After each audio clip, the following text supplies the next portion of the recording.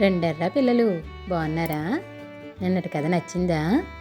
మరి నేను చెప్పే కొత్త కొత్త కథలు వినడానికి నా ఛానల్ని సబ్స్క్రైబ్ చేసి లైక్ చేయండి. మరి మీరు నా ఛానల్ని సబ్స్క్రైబ్ చేసి కథలు వింటే నాకు ఎంతో హుషారుగా ఉంటుంది కదర్రా.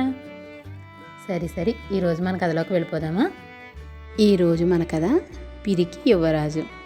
చాలా కాలం కిందట పర్షియాలో ఒక యువరాజు ఉండేవాడు. అతడు అన్ని విధాలా యోగ్యుడే గాని చంద్రుడికి కలంకం అన్నట్టు అతడికి పిరికితనం ఒకటి ఉండేది. రాజుకు 20 ఏళ్ళు నిండిన అనంతరం అతడి తండ్రి చనిపోయాడు. యువరాజుకు పట్టం కట్టడానికి చాలా పెద్ద ఎత్తున సన్నాహాలు జరుగుతున్నాయి. ఆ దేశంలో ఒక ఆచారం ఉంది. అదేమిటంటే సింహాసనం ఎక్కే ముందు రాజు కాబోయేవాడు సింహంతో పోరాడాలి. యువరాజు కొరకు మంత్రులు ఒక సింహాన్ని తెచ్చి బోనులో సిద్ధం చేసి ఉంచారు. పిరికివాడైన యువరాజుకు ఆ సింహం గురించి ఆలోచిస్తేనే చేతులు కాళ్ళు చల్లబడసాగాయి. అందుచేత అతను రేపు పట్టాభిషేకం అనగా తన గుర్రం ఎక్కి అర్ధరాత్రి వేళ బయలుదేరి దేశం విడిచి వెళ్ళాడు. యువరాజు 3 రోజులు ప్రయాణం చేసి ఇంకో దేశం చేరుకున్నాడు. ఆ దేశం అడవులతో, వనాలతో, నదులతో చాలా అందంగా ఉంది. ఒకచోట గడ్డి మేస్తున్న గొర్రెల మంద కనిపించింది. సమీపంలోనే ఒక కాపరి కుర్రాడు కూర్చుని పిల్లన గోవి మీద హాయిగా పాడుతున్నాడు. యువరాజు ఆ కుర్రవాడిని పలకరించాడు. కుర్రాడు యువరాజును తన యజమాని ఇంటికి తీసుకుపోయాడు. ఆయన యువరాజుకు చక్కగా భోజనం పెట్టి తమరు ఎవరు, ఏ ఊరు, ఎక్కడికి పోతున్నారు అని ప్రశ్నించాడు. అయ్యా, నేను ఒక యువరాజును, నా పేరు చెప్పను, పరిస్థితులు అనుకూలించక నేను దేశభ్రష్టుణ్ణి అయ్యాను.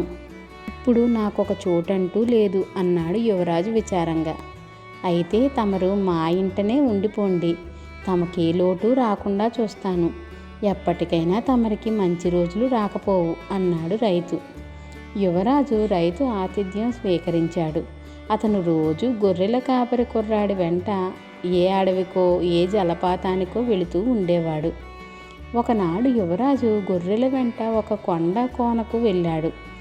అక్కడికి ఇంకా చాలామంది గొర్రెల కాపర్లు వచ్చారు. ఈ సమయంలో దూరం నుంచి సింహం సింహం అని కేక వినిపించింది. గొర్రెల కాపర్లందరూ చేతికందిన రాళ్ళు, కర్రలు తీసుకొని కేక వినిపించిన దిక్కుగా పరిగెత్తసాగారు. పోయి సింహాన్ని చంపుదాంరా అన్నాడు యువరాజు వెంట వచ్చిన కుర్రాడు. కానీ సింహం మాట వింటూనే యువరాజు కొయ్యబారిపోయాడు. అతని నోట మాట రాలేదు. కుర్రాడు క్షణం సేపు చూసి సింహాన్ని వేటాడేందుకు తాను కూడా వెళ్ళిపోయాడు. తన అవయవాలు స్వాధీనంలోకి రాగానే యువరాజు తన ప్రాణాలను రక్షించుకోవటానికి చెట్టెక్కి ఆకుల గుబురు మధ్య దాక్కున్నాడు. సేపటికి గొర్రెల కాపర్లు కేకలు వేస్తూ సంతోషంగా తిరిగి వచ్చారు. వారు చంపిన సింహం వారి వెంట ఉంది.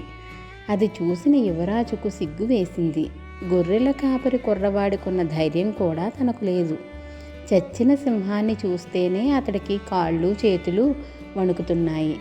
గొర్రెల మందలు వెళ్ళిపోయాక యువరాజు చెట్టు దిగివచ్చి రైతుకు కనబడటానికి ముఖం చెల్లక మరొక మార్గం పట్టుకుని పోసాగాడు. మరి 3 రోజులు ప్రయాణించినాక యువరాజు ఎడారి చేరుకున్నాడు. అక్కడ అతనికి ఒక సైనిక శిబిరము, దానికి సంబంధించిన డేరాలు కనిపించాయి. ఆ శిబిరానికి నాయకుడైన సేనాపతి యువరాజుకు అన్నపానాలిచ్చి ఆదరించాడు. ఆయనతో యువరాజు తన పేరు చెప్పలేదు గాని రైతుతో చెప్పినట్టే తాను దేశభ్రష్టుడైన ఒకానొక యువరాజునని చెప్పాడు. తమరు మా శిబిరంలోనే ఒక సైనికుడిగా ఉండండి, ఏ లోటు లేకుండా చూస్తాము, ఎప్పటికైనా మంచి రోజులు రాకపోవు అన్నాడు సేనాపతి. యువరాజు అందుకు సమ్మతించాడు. అతడికి ఇక్కడ జీవితం కూడా బాగానే ఉన్నది. కానీ ఒక రోజున సైనికులందరూ గుర్రాలెక్కి బయలుదేరుతూ యువరాజును కూడా రమ్మన్నారు. మీరంతా ఎక్కడికి పోతున్నారు అన్నాడు యువరాజు. సమీపంలో ఉన్న కొండలలో సింహాలున్నాయి, వాటిని వేటాడడానికి పోతున్నాం. చాలా కాలం యుద్ధం లేని కారణం చేత ధైర్య సాహసాలు మొద్దుబారిపోతాయి, దానికి వేట సరి అయిన విరుగుడు అన్నారు సైనికులు సంతోషంగా. యువరాజుకు వెళ్ళక తప్పింది కాదు. ఆత్మరక్షణ కోసమే సింహంతో పోరలేని యువరాజుకు వాటిని వెతికి వేటాడే సైనికులు అతి సాహసులుగా కనిపించారు. సైనికులు కొండలలో ప్రవేశించగానే యువరాజు తన గుర్రాన్ని దారి తప్పించి అతను కొన్ని రోజులు ప్రయాణం చేసి ఒక పెద్ద నగరం ప్రవేశించాడు. అతను దేశభ్రష్టుడైన యువరాజని చారుల వల్ల విని ఆ దేశపు రాజు అతన్ని తన ఇంటికి ఆహ్వానించి సాటి రాజుకు జరపవలసిన మర్యాదలన్నీ జరిపాడు. మంచి రోజులు వచ్చేదాకా తన అతిథిగా ఉండమన్నాడు. ఆ రాజుగారికి ఒక కుమార్తె ఉన్నది. ఆమె అందగత్తె, తెలివిగలది. దేశభ్రష్టుడైన యువరాజుకు ఏ విచారమూ కలగకుండా ఉండగలందులకై ఆమె అతని వెంటే ఉంటూ కబుర్లు చెప్పసాగింది. యువరాజు అక్కడికి వచ్చిన రోజు సాయంకాలం భోజనాలయ్యాక యువరాజు రాజకుమార్తె మాట్లాడుకుంటూ ఉండగా గది వెలుపల భయంకరమైన చప్పుడు వినిపించింది. దడదడా కొట్టుకునే గుండెతో యువరాజు ఆ చప్పుడేమిటి అని అడిగాడు. ఏమీ లేదు, నా నల్లబంటు ఆవలింత అన్నది రాజకుమార్తె. నల్లబంటు అంటే రాజకుమార్తె నౌకరైన నీగ్రోవాడు కాబోలనుకున్నాడు యువరాజు. మనుష్యమాతృడు ఆవలిస్తూ అంత భయంకరంగా చప్పుడు చేయటము, బంటు అలా ఆవలిస్తుంటే రాజకుమార్తెకు ఆగ్రహం కలగకపోవటము యువరాజుకు ఆశ్చర్యంగానే తోచింది. మరి కాసేపు సంభాషించుకున్న తరువాత నిద్రపోయే వేళ అయ్యింది. వెళ్ళి పడుకోండి అంటూ రాజకుమార్తె తలుపు తెరిచింది.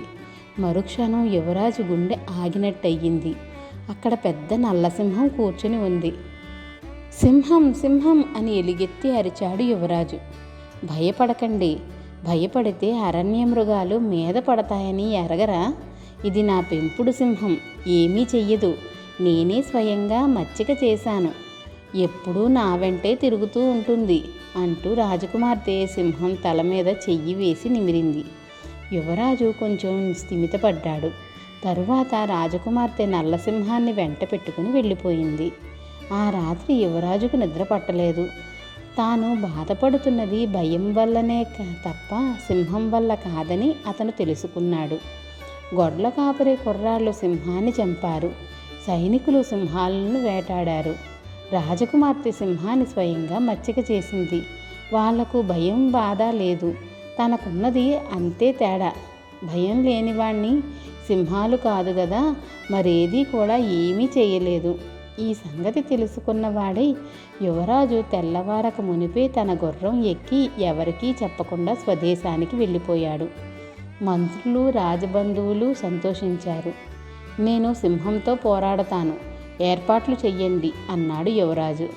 మర్నాడే సింహంతో యువరాజు పోరాటం ఏర్పాటయ్యింది. యువరాజు బల్లెంతో రంగస్థలంలోకి వచ్చి ధైర్యంగా నిలబడ్డాడు. అక్కడకు సింహం ఉండే బోను తెచ్చి దాన్ని బయటికి వదిలారు. బోను తలుపు తెరవగానే సింహం పెద్ద పెట్టున అరుస్తూ ముందుకు దూకింది. యువరాజు కదలలేదు, మెదలలేదు. సింహం అతని చుట్టూ తిరిగి అతని పక్కనే కూర్చొని అతని చేతిని నాకింది. అది పెంపుడు సింహం. ఆ సంగతి మంత్రులు యువరాజు దగ్గర దాచారు.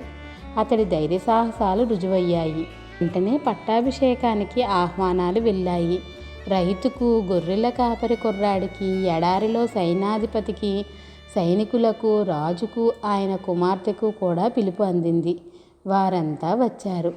పట్టాభిషక్తుడికి అందరూ కట్నాలు చదివించేటప్పుడు రాజుగారు, నేను వేరే ఏ కట్నాలు తీసుకురాలేదు, నా కుమార్తెను తెచ్చాను, ఆమెను స్వీకరించు అన్నాడు.